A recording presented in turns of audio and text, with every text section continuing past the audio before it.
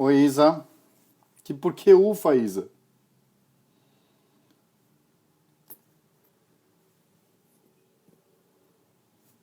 Tudo bem? Vocês estão me ouvindo legal?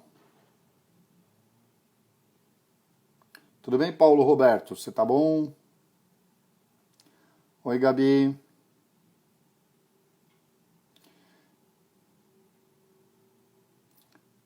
Oi, gente. Vocês que estão entrando aí, vocês estão me ouvindo bem?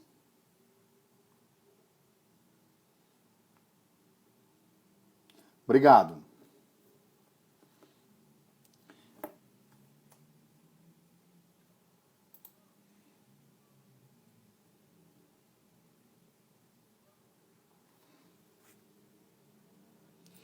Tudo perfeito. Que bom. Então, vamos esperar aqui a Emanuele entrar. Deixa eu ver se ela já não entrou aqui.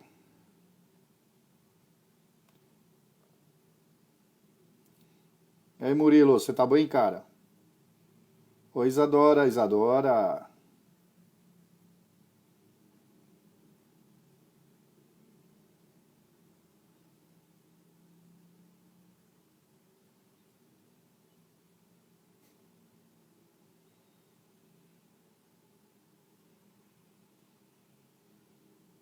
Boa noite, boa noite. Oi, Manu. Manu já entrou aqui, a nossa convidada de hoje, então vamos estabelecer a conexão.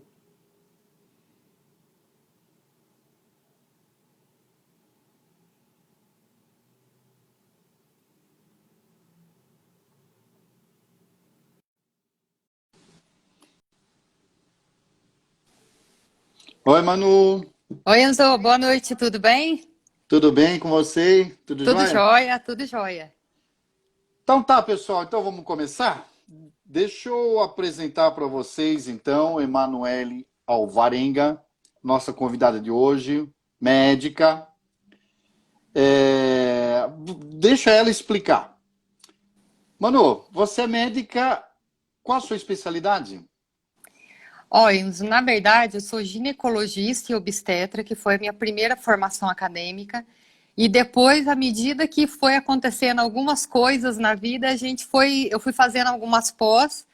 Uma delas foi em medicina de urgência, que hoje é onde eu tô, que é no SAMU, é um Hum. dos serviços que eu tenho. E assim, acabei estendendo essa parte da medicina. E você se formou aonde? Você fez aonde a faculdade? Ó, eu sou de Minas, sou de uma cidadezinha do interior que chama Cambuí, sul de Minas. Fiz a faculdade de medicina em Pouso Alegre, que hoje virou uma universidade, né? É a Univas, Universidade do Vale do Sapucaí. Fiz a minha residência em ginecologia e obstetrícia lá. Vim para São Paulo para fazer uma pós, acabei começando a trabalhar aqui e foi onde eu acabei entrando na medicina de urgência.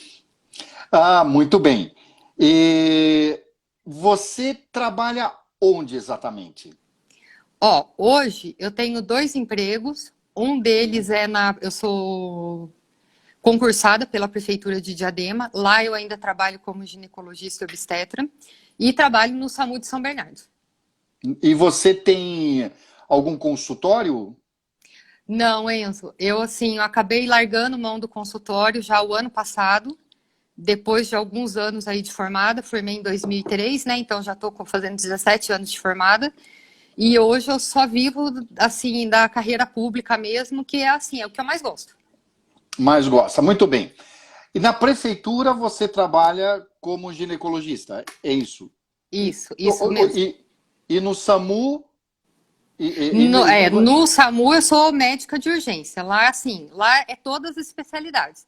Lá é ginecologia, obstetrícia, clínica médica, cirurgia. Então, assim, lá a gente tem o treinamento, faz o treinamento para isso. Então, é só atender a urgência, mas não é só ginecologia. Lá são todas as especialidades que a gente faz. Muito bem, então vamos falar um pouco do SAMU, porque eu já estou vendo que tem um monte de gente aí querendo fazer pergunta. Manu, é o seguinte, então deixa eu combinar uma coisa com o pessoal que está assistindo a live. Você já pode começar a fazer perguntas, tá? E eu vou filtrando aqui as perguntas. Não é que filtrar, eu estou colocando numa ordem à medida que vai saindo o diálogo. Então anota o teu nome. Beleza. Claro que às vezes se tiver umas abreviações aí vai ser complicado, tá? E eu vou e eu vou fazendo para a Emanuele. Mas vamos começar Ah, falando do SAMU. Conta para mim como que é o seu dia a dia no SAMU. ó, no SAMU é assim, a gente faz plantões, né, que pode variar de 12 a 24 horas, dependendo do Uhum. seu acordo com a entidade para onde você trabalha. Quando eu entrei no SAMU, na verdade, Enzo, foi assim, eu dava plantão de ginecologia e obstetrícia, eu era funcionária da Prefeitura de São Bernardo. O nosso chefe resolveu trazer o serviço do SAMU para São Bernardo, que até então não existia. Isso foi em 2008. E ele, simplesmente, um ginecologista, falou para a gente: ó, gente, preciso da ajuda de todo mundo. Eu tenho um mês para montar o SAMU em São Bernardo, senão a gente vai perder toda a verba, vai perder todo o serviço. E assim, caramba, meu, vamos lá, né? Vamos ver o que vai virar isso daí. Ou seja, Enzo, eu e mais um monte de ginecologista, a gente foi pro SAMU. E nós montamos o SAMU de São Bernardo. Então, assim, aí era meio complicado no começo, porque Uhum. hoje existe todo um protocolo, existe tudo que é uma lei que regulamenta tudo. Então era assim, o paciente ligava, a gente falava com ele: ah, dá para o enfermeiro resolver? Ótimo, vai uma ambulância básica. Nossa, é uma urgência, uma parada cardíaca, é uma criança que está nascendo, é um acidente grave. Aí a gente largava o telefone e ia correndo atender para a rua. Hoje não é mais assim que funciona. Hoje é uma coisa super organizada. Então hoje é assim, a gente tem o plantão, que normalmente plantão médico é sempre das 7 às 7. 7 às 19 ou às 7 às 7 do outro dia, 24 horas. A gente pega o plantão, é feita a conferência tudo de uma ambulância. O médico, ele não fica numa ambulância básica. A gente Uhum. fica numa ambulância UTI. É uma UTI móvel, como se fosse uma UTI de hospital, onde a gente tem todas as medicações, todos os equipamentos necessários para atender desde uma criança, uma gestante, uma parada cardíaca, fazer uma intubação e o que for necessário. Uhum. Ali a gente pega o plantão, chega mais cedo um pouquinho, faz a checagem de toda a ambulância, confere, tem que ligar um monitor cardíaco, tá funcionando, não tá funcionando, fazer reposição de material e a gente fica no aguardo. Normalmente, as ocorrências, elas funcionam da seguinte forma: o paciente liga, né, 192, existe um médico regulador na regulação que ele conversa com o solicitante. Ah, não respira. O médico até faz perguntas. Ah, tá respirando, tá conversando, desmaiou, tá sangrando. Isso tudo vai com que ele faça uma triagem. Ele faz um direcionamento, na verdade, para saber qual tipo de ambulância que ele vai mandar. Se é uma ambulância básica, que vai com um enfermeiro e um motorista, e geralmente um Uhum. técnico de enfermagem, ou se precisa de um atendimento avançado, onde a gente vai. Às vezes, é assim, é um atendimento às cegas a princípio. A gente não Tá. sabe aonde está indo. Então a gente vai, não respira, chega lá, tá conversando.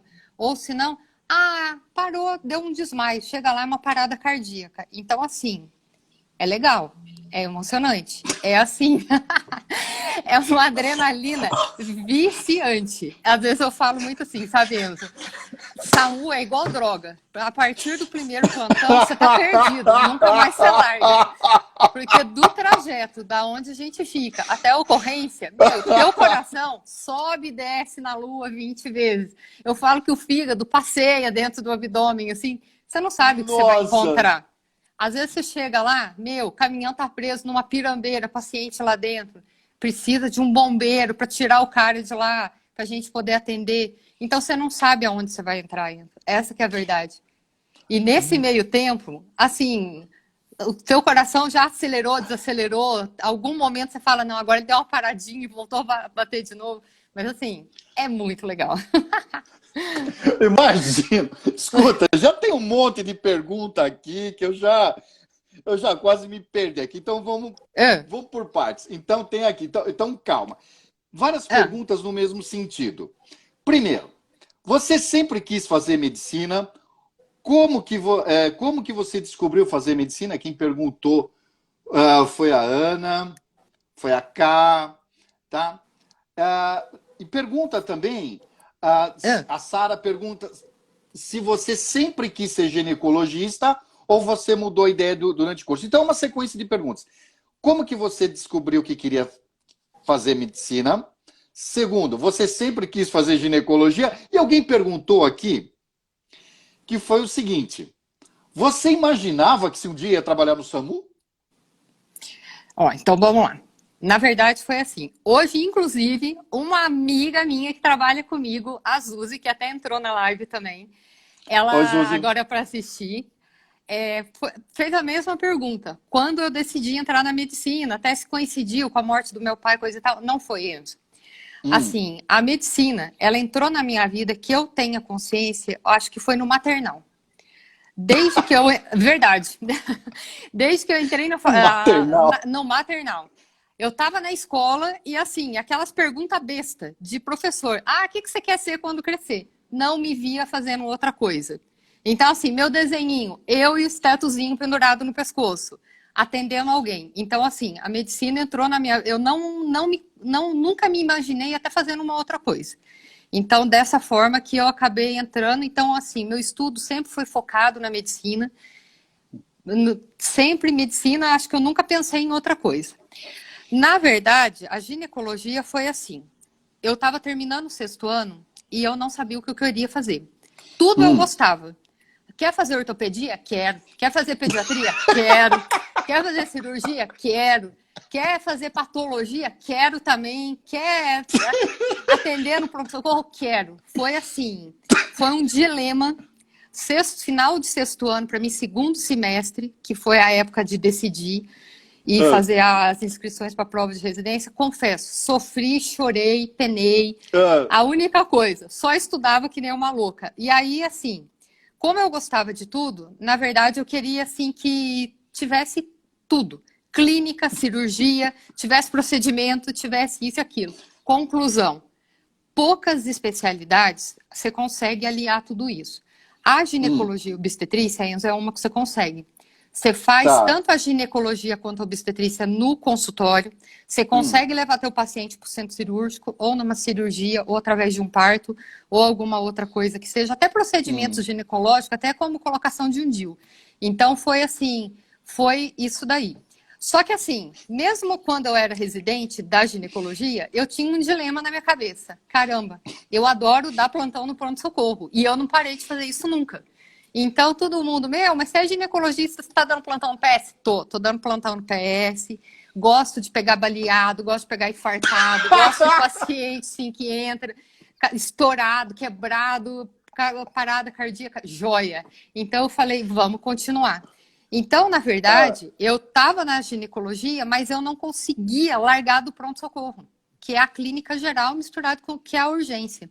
Então, ah, quando apareceu a oportunidade do SAMU, em 2008, assim, na minha época de faculdade ainda não existia, pelo menos em Minas, um serviço hum, de atendimento móvel de urgência.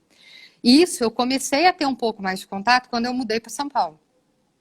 E hum. assim, e eu fui meio que às cegas. Ah, vou ver o que dá. E aí deu paixão ao primeiro plantão. Ou seja, entrei e nunca mais parei. Então foi mais ou menos assim. Eu falo que eu não sei se foi amor ao primeiro plantão ou a primeira dose de adrenalina, você entendeu? Que assim, deu confusão mental. Então, assim, Enzo, até hoje, não consegui sair de lá. Nossa, eu acho que foi a live que eu mais dei risada até agora. E olha que só tem acho que 10 minutos de live aqui. Me conta uma coisa, a Isadora Ah, pergunta: com quantos anos você entrou na faculdade de medicina? E aproveita, você fez muito tempo de cursinho, você chegou a fazer cursinho, foi direto do colégio na faculdade, como é que foi? ó, na verdade foi assim. Eu estudei a vida inteira em escola pública, fiz um ano de cursinho, e aí, assim, na época que eu prestei o vestibular, eu não queria muito sair daquela região ali do sul de Minas. Então, eu confesso que eu só prestei 3 faculdades. E a que eu passei foi Pouso Alegre e eu acabei ficando por lá. Eu entrei na faculdade, eu estava com 18 anos e com 20, faz as contas aí, você que é bom da matemática. 24, né? 6 24 a anos. 24. 24 eu já estava me formando. Aí fiz mais 2 Muito anos de bem. residência, que na época que eu fiz era ginecologia e obstetrícia, só para atualizar a turma que pretende um dia fazer GO, era 2 anos. Hoje, isso daí mudou. O MEC agora mudou para 3 anos o tempo de especialização. Muito bem. Me conta uma coisa. Tem umas perguntas aqui. É. Vamos lá. Mas antes que a gente está falando de faculdade, deixa eu.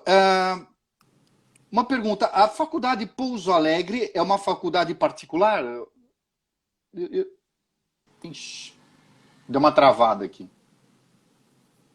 Manu, não sei se você me ouviu, então eu vou repetir. Não, não, A, não a, consegui. Repete para mim, Enzo. a Pouso Alegre, para gente que é aqui de São Paulo, porque pode ser que tenha alunos aqui que Hum. o olhinho já brilhou. Pouso Alegre, primeiro, qual é a distância daqui até Pouso Alegre? Daqui até Pouso Alegre. Ó, Você daqui tem? dá mais ou menos uns 230 quilômetros. Tá, porque é bem sul de Minas, tá? Pela Fernão Dias, né? E Pouso Isso, Alegre é uma faculdade particular? isso. Ela é uma faculdade particular. Eu me formei na 30ª turma. Então, ela já E, existe há um certo tempo. Ela começou tá. como faculdade e quando eu estava no 5º ano de faculdade, ela virou universidade. Eu não sei se você tem alguma noção. Eu não sei se você tem alguma noção. Você, comparada com outras faculdades, é uma faculdade muito cara, muito barata. Você ainda tem esse tipo de noção? Ô Enzo, hoje, atualmente, eu não sei te falar qual é o valor real da faculdade. Eu sei que, assim, ela não se compara a algumas faculdades daqui de São Paulo, que chega a valores até que o pouco que eu fico sabendo, entre 8 e 9 mil reais. Acho que ela está um pouco abaixo disso. Na minha época, ela não era considerada, assim, a mais cara. Até para você ter noção, tinha uma faculdade perto, que é a Unifenas, que é a faculdade de De Alfenas, Alfenas, né? né? Isso. A Alfenas, na minha época, era 5 vezes mais cara do que Pouso Alegre. Então, Nossa! então assim, naquela época lá, né? Agora, isso foi o quê? 2000, eu entrei em 98, né? Então, hoje eu não sei te falar qual é a real situação da mensalidade de lá. Muito bem. Então, pessoal, fica a dica aí, tá? Então, uma faculdade relativamente próxima, então fica a dica para a gente para pesquisar, tá? Aqui, se ela tem bolsa ou não, quem está perguntando aqui é a Mafalda? A Se tem Mafalda. bolsa ou não? Então isso daí a gente tem que perguntar, porque da época que a Emanuele se formou até aqui muda muito, tá? Então a Assim, gente pesquisa, só né? uma coisa que eu sei que aceita lá, Enzo, é o FIES. O FIES, Ótimo. isso daí eu sei que até hoje existe. Um pouco contato que eu tenho, que eu fiquei sabendo de alunos que se formaram lá por FIES. Agora, se existe algum outro tipo de bolsa interna, na minha época, tinha para quem era assim, filho de funcionário que trabalhava em algum setor da faculdade, existia uma bolsa. Mas, assim, hoje eu não sei como isso funciona. A gente tem que pesquisar isso aí. Mas vamos lá. Vamos voltar aqui a falar um pouco do teu dia a dia como médica. Bom, já tem aqui, o Matheus fez uma pergunta. Fala pra Hum. gente dos casos mais emocionantes. Aqui, ó, ele está repetindo. Eu ia fazer essa pergunta, Matheus. Quais os casos mais impactantes, os casos assim mais difíceis que você É. teve assim de resolver no SAMU? Na verdade, os casos mais impactantes do SAMUS foram casos assim que foi bem assim, na verdade, que estava na linha entre vida e morte. Porque assim, alguns casos são engraçados, tem algumas coisas assim que é meio passa a ser até uma comédia, mas assim, não é sério, Enzo. Tipo, para tudo e faz um parto no meio da Anchieta. Isso foi uma Ah, coisa extremamente comum que a gente fez. São Bernardo, apesar de ser tem vantagens, porque é uma cidade pequena, tem muito hospital assim aos arredores ali, que são as referências nossas. Só que assim, às vezes o paciente, ele tem um pecado. No desespero, ninguém sabe pedir uma ambulância. Começa a gritar do outro lado. Então você nunca sabe o que realmente está acontecendo. Às vezes, que nem pedir para um parto. Tá nascendo. Você chega lá, não tá nascendo. Não tá nem com dilatação, ela tá só morrendo de dor. Só que assim, a dor é uma coisa que quem tem sabe o tanto que isso impacta a pessoa. Ou se não, já teve 9, 8 filhos. Tô com uma dorzinha. e deu uma sangradinha. Você chega lá, a criança está com a cabeça para fora. É meio louco, mas é verdade. Então, assim, por várias vezes, Enzo, a gente chegou, pegou o paciente, estava levando, assim, um caso, inclusive, de parto que me chamou muita atenção, até hoje eu não esqueço. A gente foi numa comunidade em São Bernardo, era uma paciente usuária de droga e usava cocaína. Não fez pré-natal, ela não sabia nem de quanto tempo ela estava. Enfim, entrou em trabalho de parto. Dentro da ginecologia, dentro da obstetrícia, o que a gente é sabido, todo bebê pélvico é aquele bebê famoso que está sentado, não nasce de parto normal. Ele só nasce de cesárea, porque complica, pode dar cabeça derradeira, enfim, uma série de complicações. Chegamos, subimos as escadinhas, subimos no barraquinho, bonitinho. Quando a gente chega lá, paciente deitada na cama, quando eu olho, a enfermeira me olha assim, tipo, tão perdido. O que que tá saindo? O bumbum da criança. Ou seja, era um parto pélvico e, para piorar a nossa vida, domiciliar. Que, assim, a gente queria morrer naquela hora. Assim, foi desesperador? Foi. A gente ficou tão desesperada que a gente ficava, põe na ambulância, leva, faz o parto, vamos fazer o quê? Não vamos fazer nada? Juro por Deus, Enzo. Assim, poucas vezes a gente olhou para o paciente e pensou um minuto no que fazer. E eu lembro até hoje, é uma enfermeira maravilhosa que a gente trabalhou anos junto. Uma olhava para a cara da outra, ela sabia tudo que eu queria. Ela sabia se eu queria qual remédio, o que fazia, tudo. Nesse dia ela falou, eu não sei o que você está querendo. Eu falei, eu também não. Eu só quero arrumar e dar tudo certo. Enfim. E deu certo. Graças a Deus deu certo. Assim, a paciente, por pior de tudo, ela tinha cheirado cocaína, desencadeou contrações assim violentíssimas, extremamente fortes, colaborou, tudo deu super certo. Então, assim, a gente estava na ambulância, ela segurava o bebê no colo, e ela olhava para mim, eu falava assim, não olhe, depois a gente conversa. Então, assim, realmente, sabe quando você pensa, você fala, gente, eu quase morri do coração. Porque você fala, o que eu vou fazer se essa criança enterra aí? Como que eu vou tirar? Não estou num centro cirúrgico, não tem como fazer uma anestesia, não tem nada. Esse foi um caso, sim, que realmente a gente ficou desesperado. E teve outros também. Por exemplo, Peraí, Emanuele. Pera um pouquinho só. Antes de mais nada, deixa eu ler uma mensagem que escreveram aqui para você.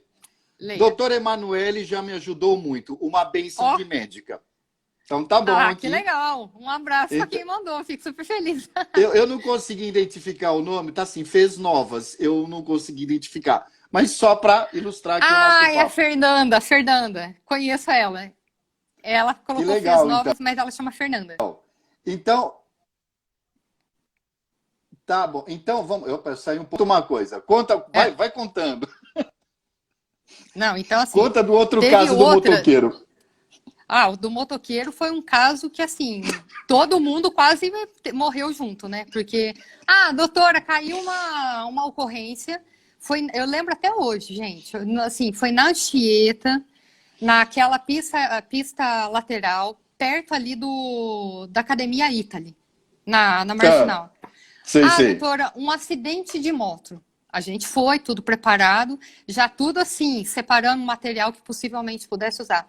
Enzo, quando a gente chegou lá, sabe quando você tem que avaliar, o bombeiro já estava lá, simplesmente o motoqueiro, ele deu uma ticadinha de nada num carro do lado e foi parar embaixo do caminhão.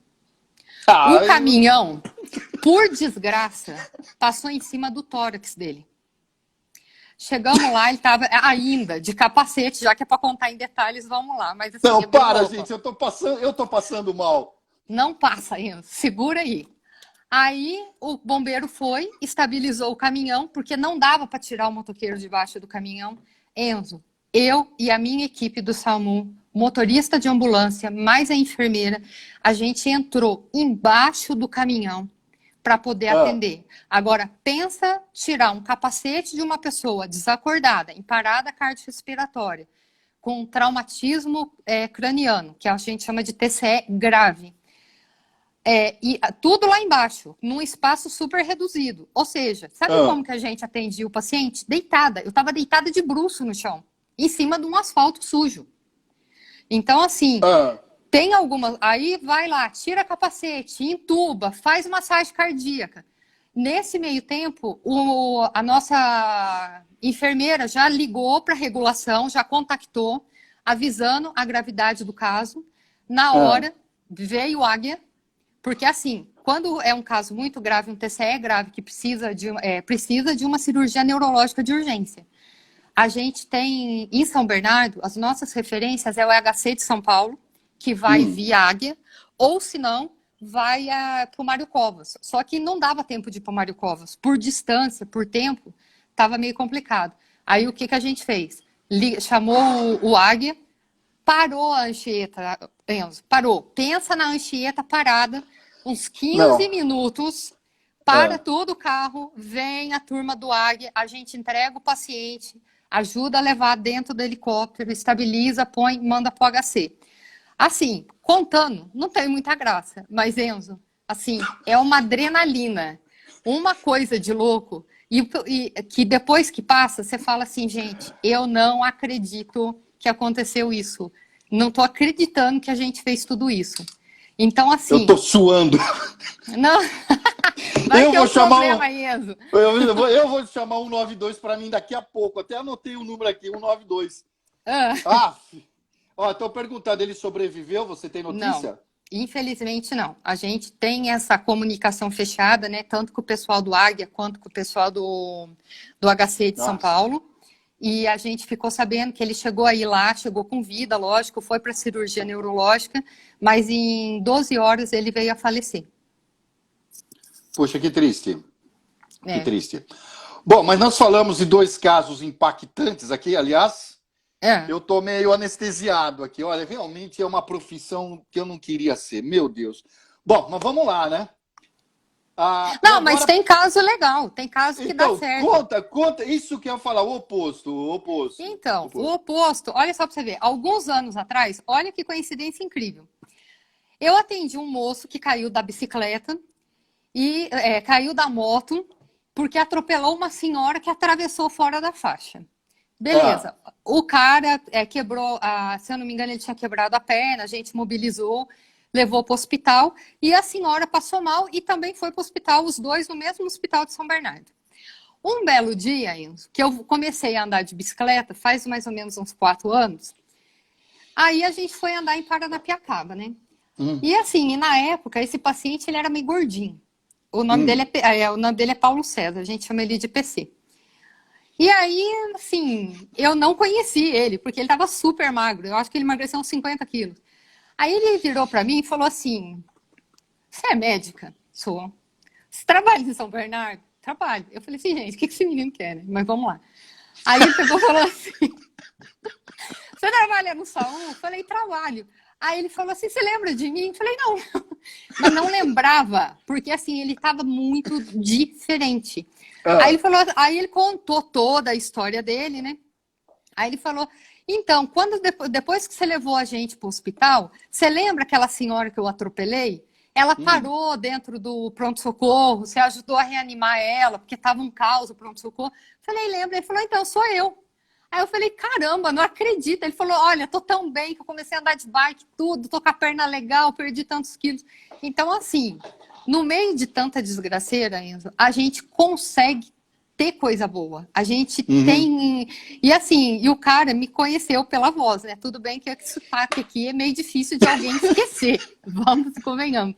Mas assim, e foi muito legal. Então, às vezes, a gente tem esse feedback. Porque assim, você vai fazer um atendimento na rua, você tá numa adrenalina, pessoal, a família, as pessoas que estão ali, os populares, geram um certo estresse e você não consegue muito prestar atenção no que está acontecendo. Por isso que é muito comum, em socorro médico, alguns médicos se acidentar. Porque não tem uma equipe que vai junto, que prepara a cena, que sinaliza, que deixa o local seguro para atendimento, e às vezes acaba acontecendo outros acidentes, e em vez de você ajudar, você acaba piorando. Então, assim, por mais que a gente preste atenção, tenta guardar, mas as pessoas guardam muito o rosto da gente. E é legal isso daí, porque a gente tem esse feedback depois, sabe? Então, às vezes, você está andando, de roupa comum na rua, e todo mundo Aham. fala, ah, você não trabalha no SAMU? Você lembra de mim? E acaba contando e você lembra das histórias. Então, assim, Olha que isso é coisa. muito legal mesmo. É bem Ô, gratificante. ô, Manu, me conta uma Hum. coisa.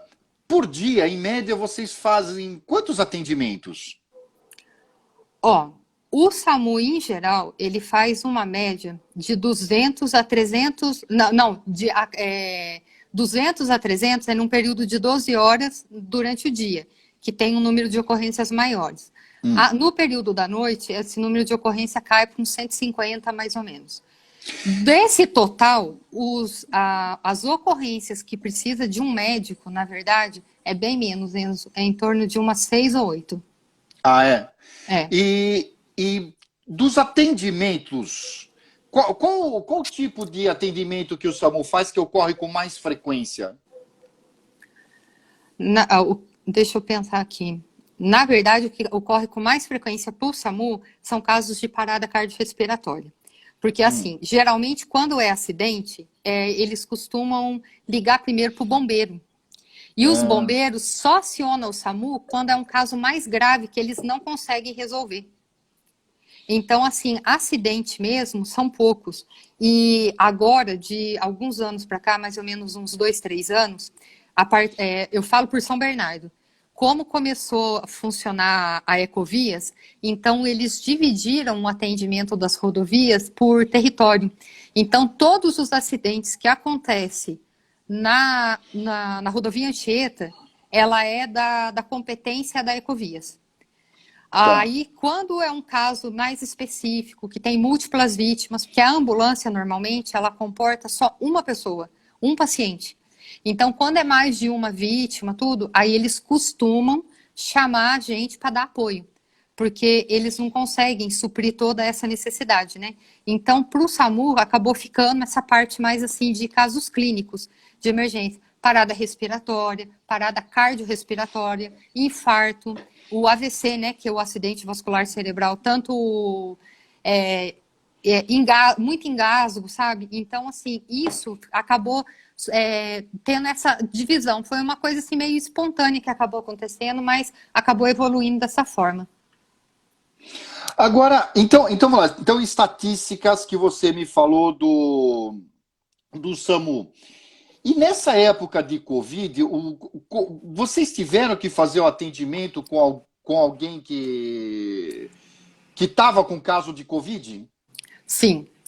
Nessa época agora, foi engraçado, Enzo, que mudou o perfil do SAMU. Na verdade, foi assim. Diminuiu muitas ocorrências, assim, drasticamente. E no começo da pandemia, na verdade, o SAMU ele estava mais assim trabalhando no transporte dos pacientes. O paciente dava entrada numa UPA ou numa UBS e, de repente, ele evoluiu com uma insuficiência respiratória, precisou ser entubado e precisa de um hospital de uma complexidade maior. Aí o SAMU fazia esse transporte. Hum.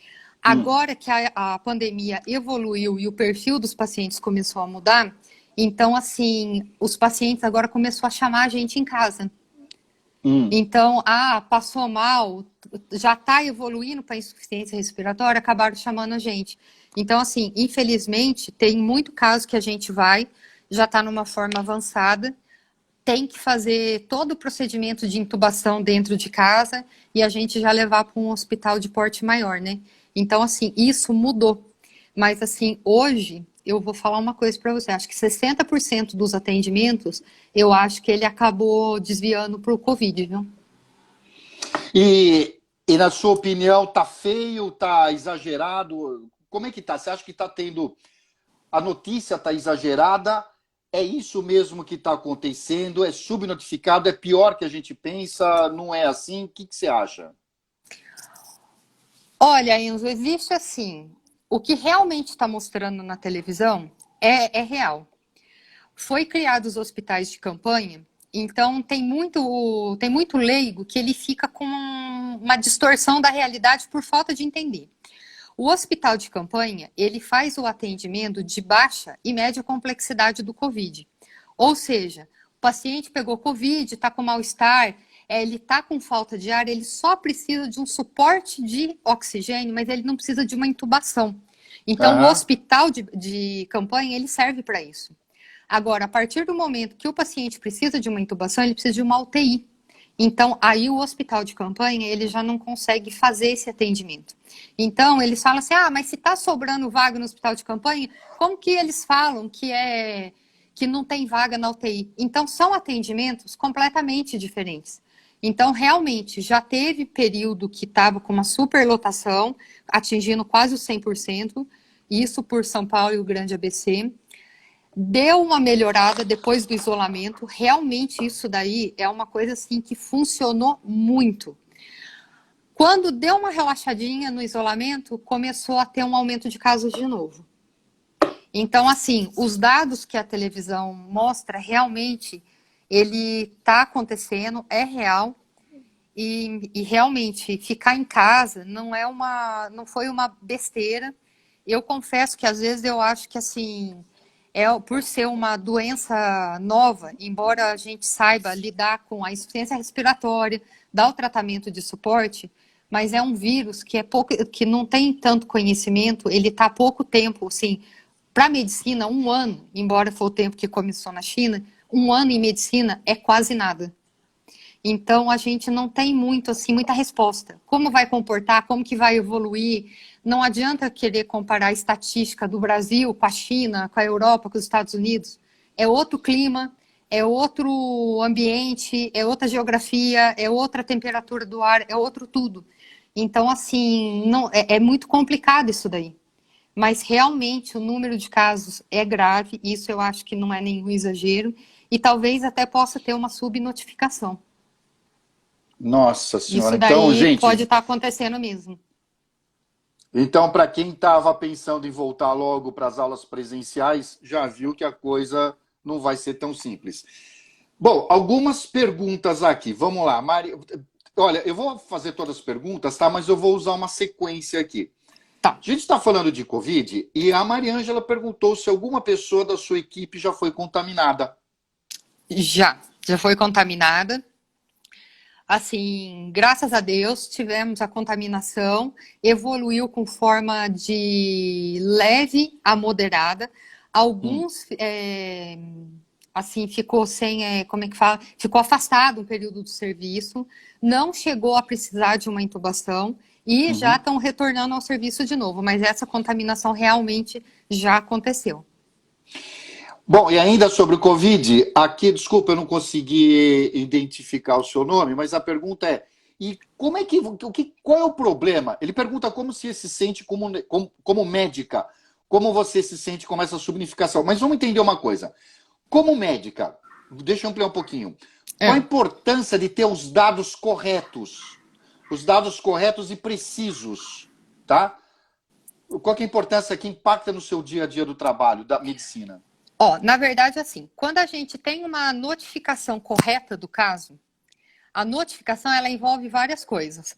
O nome, o local, o bairro, a forma de contaminação, se era caso leve, caso grave. Então, assim, qual a importância disso na medicina? Isso entra na parte de epidemiologia. A epidemiologia, ela estuda a evolução da doença, a incidência, a prevalência, se ela é contagiosa, se ela é infectante. Então, isso é importante como medidas de prevenção.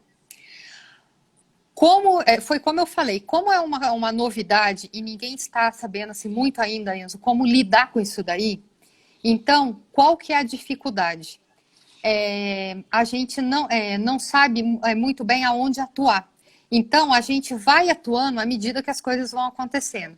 Que nem, por exemplo, equipamento de proteção individual. Aliás, é a pergunta da Mariângela aí, aproveita, né? Se vocês estão recebendo. Então, assim, tá recebendo. No começo estava um pouco complicado, não vou falar para você que estava assim, tudo certo, porque a gente trabalha com equipamento de proteção individual no atendimento, mas não tinha essa demanda tão grande igual de repente começou a ter de uma hora para outra. Então, assim, serviço público, ele é muito complicado, tudo tem uma licitação. Então, para mim ter material para o mês de julho, eu tenho que fazer o pedido no mês de junho. Não é igual na tua casa. Faltou arroz, você vai lá e compra. Faltou o leite, você vai lá e repõe o estoque. Então, assim, isso é complicado. Então, às vezes, tinha que ver qual que estava mais barato, coisa e tal. Então, no começo, a gente até teve uma dificuldade de adaptação disso daí. Veio muitas normas do Ministério da Saúde, da Anvisa, de equipamentos novos de EPIs que não era usado porque não tinha essa necessidade de, principalmente o macacão, né, que é usado no transporte do paciente, e isso realmente a gente não usa ele, por exemplo, para transportar um paciente com tuberculose, que o risco de contágio é muito menor em relação ao Covid. Então, assim, até fazer essa adaptação ao serviço demorou alguns dias, não foi de uma hora para outra, realmente. Só que, assim, teve a parte boa. A gente contou com muita doação, não só o SAMU, como eu falo, assim, toda a rede pública de serviço. O BS, UPA, o hospital, de muitas empresas que produzem esses EPIs. E na hora do aperto, realmente, aumentaram a produção e, assim, colaboraram imensamente. Então, assim, isso foi uma coisa que nós da saúde somos eternamente gratos. Então a coisa começou assim a brotar. Foi maravilhoso. Então a gente conseguiu trabalhar dentro de um esquema de segurança legal. Putz, que bom ouvir isso. Ainda aqui, duas perguntas sobre SAMU. Bom, uma, da Isabela Gibim, minha querida. Como é que se faz para trabalhar no SAMU? Bom, pelo que eu estou vendo o pessoal assistindo a tua live aí, já tem gente querendo trabalhar no SAMU com você. Aqui, ó. Então, como é que se faz para trabalhar no SAMU? E a Vitória também pergunta nessa mesma linha. O que você gosta mais, de trabalhar com ginecologia no hospital ou no SAMU? Escolhe então, a ordem que você quer responder. Vamos lá. Então, para trabalhar no SAMU, a princípio, você tem que fazer os 6 anos de faculdade. O SAMU não exige formação em urgência e emergência, pós-graduação, nem nada. Basta você ter o 6º ano. As únicas coisas que são exigidos é que você tenha alguns cursos, alguns treinamentos, que é o ATLS, que é um atendimento em trauma, o PHTLS, o PAUS, que é um atendimento em urgência em pediatria.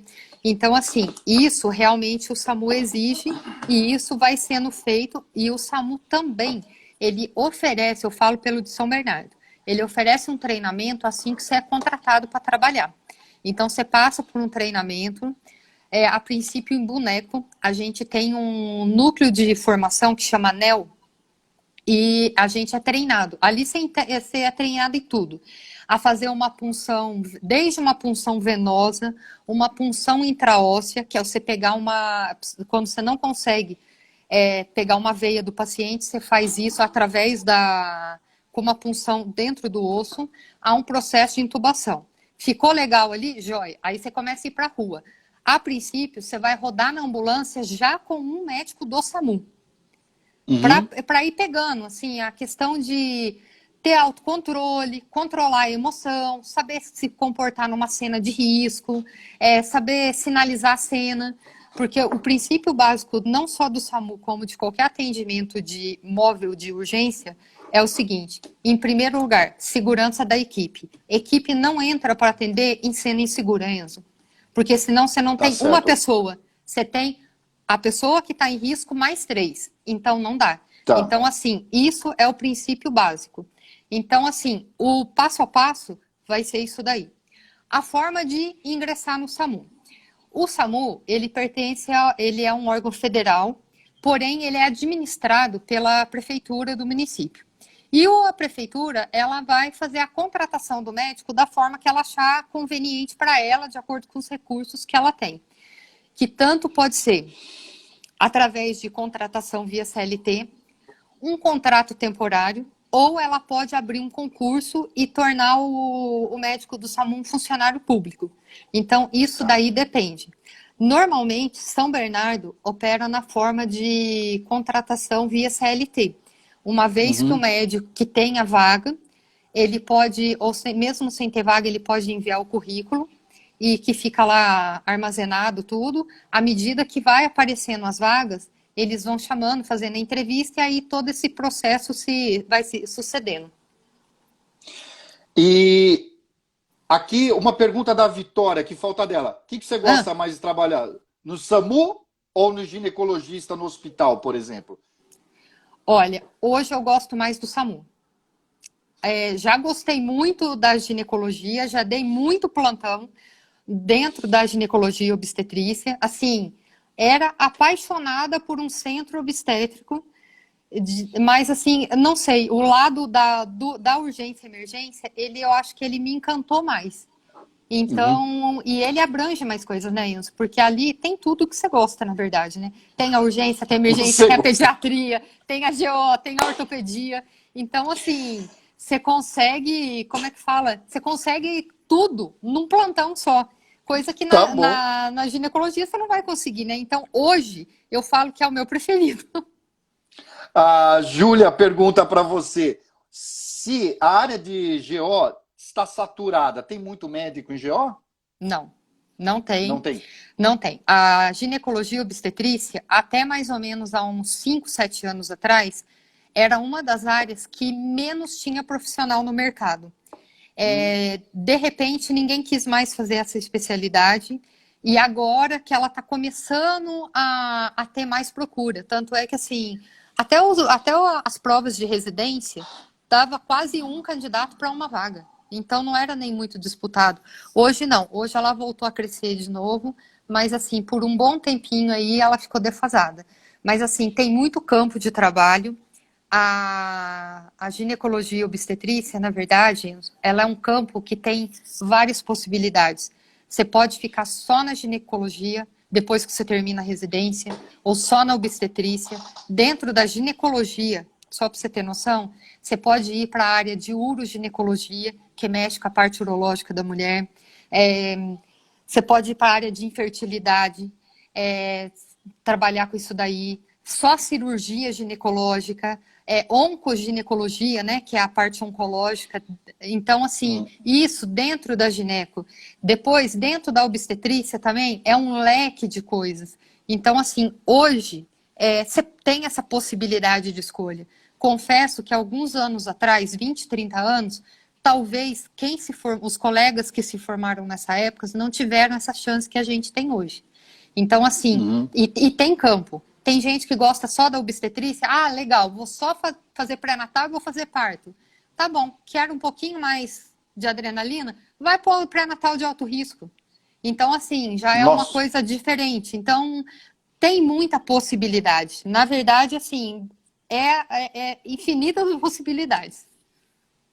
Bom, aqui, então, antes de fazer a minha pergunta, uma outra, eu elogio para você. Admirável essa médica, a melhor médica que cuidou do meu amor maior. Então tá aqui a Oh, que Karina que mandou para gracinha. Um que beijo, foi a Karina. Karina que escreveu. Mano, deixa eu fazer uma pergunta para você. Ah, E eu acho que isso daí é uma coisa importante todo cidadão saber. Por exemplo, ocorre um acidente. Alguém é atropelado, ocorre um acidente, eu estou na rua, alguém tem um ataque cardíaco, e eu sou testemunha. Qual é a providência que nós temos que tomar antes de chamar vocês? Pô, primeiro, 192 está no meu celular já, então eu ligo e vocês vão fazer algumas perguntas para mim, eu vai. que chamei. Como que é o processo? E o que, que a gente tem que fazer? O que, que você aconselha a gente, nós, mortais? Ah, beleza. Tô passando na rua e aconteceu um acidente, independente se o acidentado está no chão, no carro, ou dentro do carro, caiu da moto, não importa. Primeira coisa, Enzo, foi o que eu falei, que é o que vale a ordem, é o primeiro princípio de toda equipe de socorro, a tua segurança. Você não vai Tá, entrar correndo no meio de uma rodovia, você não vai tentar parar o trânsito, você pode acenar de longe, você pode ligar o teu ligar o pisca-alerta do carro, mas primeiro, a tua segurança. tá. Legal, cena segura, boa, vou ligar para o SAMU. Liguei para o SAMU 192, show de bola. Aí você vai ser atendido, você vai passar, primeiro você vai falar com uma telefonista, ela vai anotar exatamente o local onde você está, ponto de referência para que a ambulância localize com mais precisão e não atrase o atendimento. A gente tem, isso chama tempo-resposta, e quanto menor o nosso tempo-resposta, melhor a chance de sobrevida do paciente. Aí Uhum. passa com o médico. Quando você for falar com o médico, ele vai te falar. Você viu o acidente acontecendo? São quantas vítimas? Desmaiou? Tá sangrando? Tá desacordado? Tá com corte? Não tá com corte? Então, assim, à medida que você vai respondendo, a gente vai fazendo todo um questionário, um interrogatório para saber Uhum. qual é a importância disso. Muitas vezes, o que o paciente não, o que o solicitante não entende, que ele fala assim, caramba, vai morrer, precisa morrer pro SAMU vir. Não. Quando a gente já sabe que é grave, o que a gente faz? A gente já libera a ambulância sem terminar de falar com o solicitante. Mas por que é legal a gente colher toda essa história? Para mim saber qual tipo de recurso que eu disponibilizo. Então, isso é uma conversa fechada que a gente tem com o médico, por exemplo, da ambulância. Você só me falou, tem um acidentado, tá com a perna sangrando, tá preso em ferragem. Beleza, já soltei a ambulância. Nesse meio tempo, você vai me passar os dados. Tá desacordado? Tá pálido? Tá branquinho? Tá suando frio? Para quê? Isso eu vou passar para o meu médico. Quando ele descer da ambulância, ele já sabe o que ele vai atender. No meio do caminho, eu já estou acionando o bombeiro, porque se ele está preso em ferragem, eu preciso do bombeiro para ir lá para cortar o carro, para ajudar a tirar o paciente. Então, assim, e às vezes isso daí o solicitante, Enzo, ele não tem essa paciência. É que ele não sabe como funciona. Então, na verdade, a gente já disparou, a ambulância já está a caminho, e só que a gente, quanto mais informação a gente tem, mais recurso a gente utiliza. Vou precisar do trânsito para sinalizar, é uma via perigosa, de alta velocidade, vou precisar de mais recurso, é uma cena insegura, é um tiroteio, vou precisar mandar a polícia junto, GCM. Então, assim, tudo isso, quanto mais o solicitante passa, maior a chance da ocorrência dar certo, melhor o nosso atendimento. O solicitante, ele tem que ficar no local aguardar a ambulância? Não necessariamente. O ideal seria que ele ficasse, né? Tá, Principalmente se o paciente não tiver um acompanhante, mas ele não é obrigado a ficar. tá.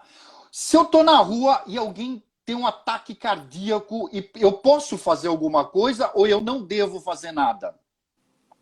Não, assim, a princípio, além de ligar e chamar, e vai ser perguntado. A primeira coisa, respira.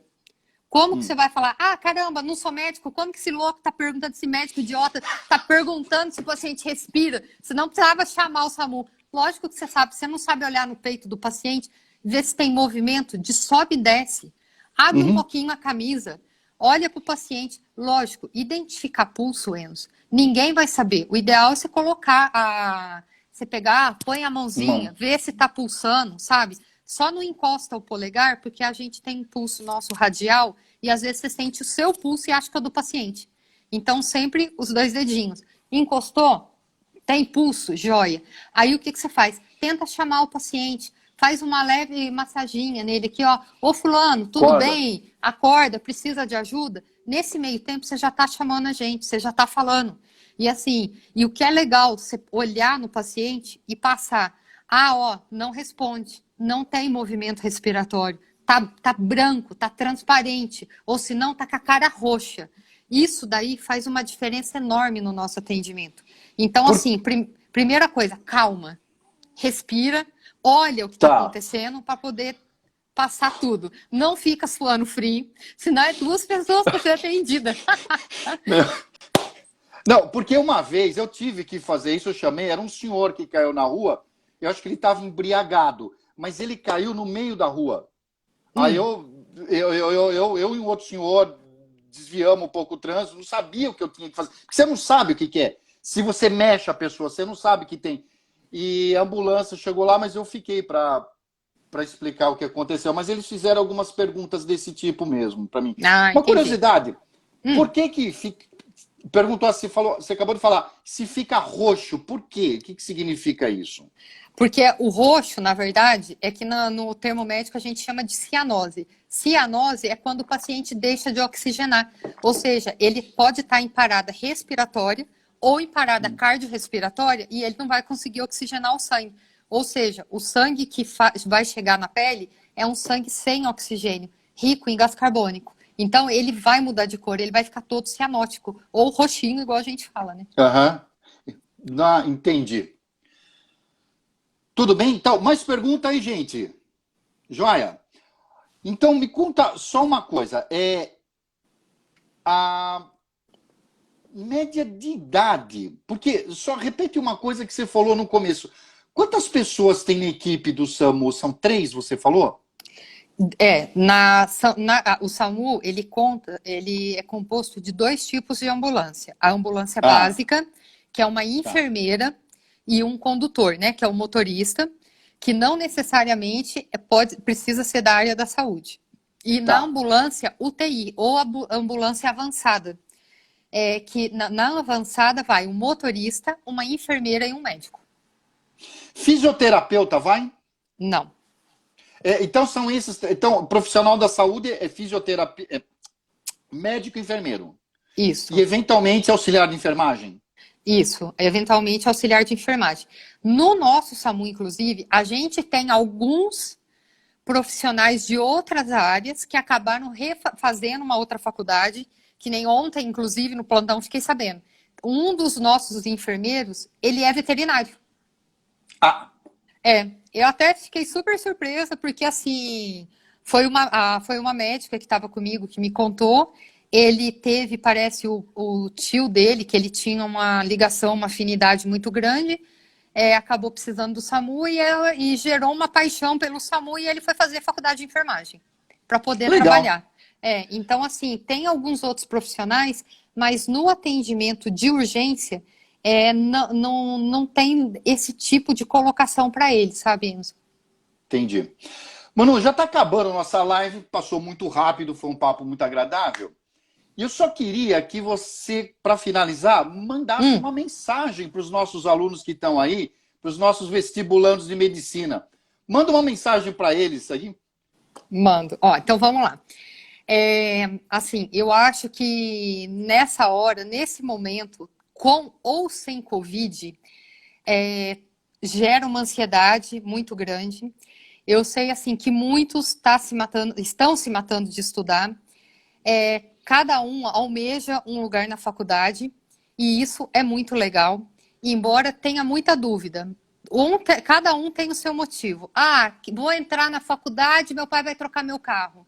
Puta merda, vou entrar na faculdade e não sei se eu vou ter dinheiro para pagar. Então, assim, em nenhum desse momento, não deixa o medo tomar conta. O medo é o maior sabotador de sonhos. E ele, você pode ter se preparado a tua vida inteira, ter se dedicado, ter passado horas, noites, perdido final de semana, perdido muito momento com a tua família, mas o medo, ele não vai te deixar a dar esse passo na tua vida. Então, assim, olha 2021 e se enxergue na cadeira da faculdade. Se enxergue com um livro de medicina na mão. Como isso vai acontecer? Se vai ser pelo Enem, pelo vestibular, se você vai ter dinheiro para pagar, se você vai conseguir uma viagem, trocar de carro, um carro novo, não importa. Se veja lá, não deixa o medo fazer parte da tua vida. Porque assim, isso é a rasteira que a gente leva. E aí você fala, pô, caramba, meu, esse cara é inteligente, sabe tudo, tá lá sentadinho na cadeira do cursinho 5 anos. O problema dele não é que ele não sabe, o medo toma conta dele. Então, assim, não deixa o medo tomar conta da tua vida. O Espera. medo.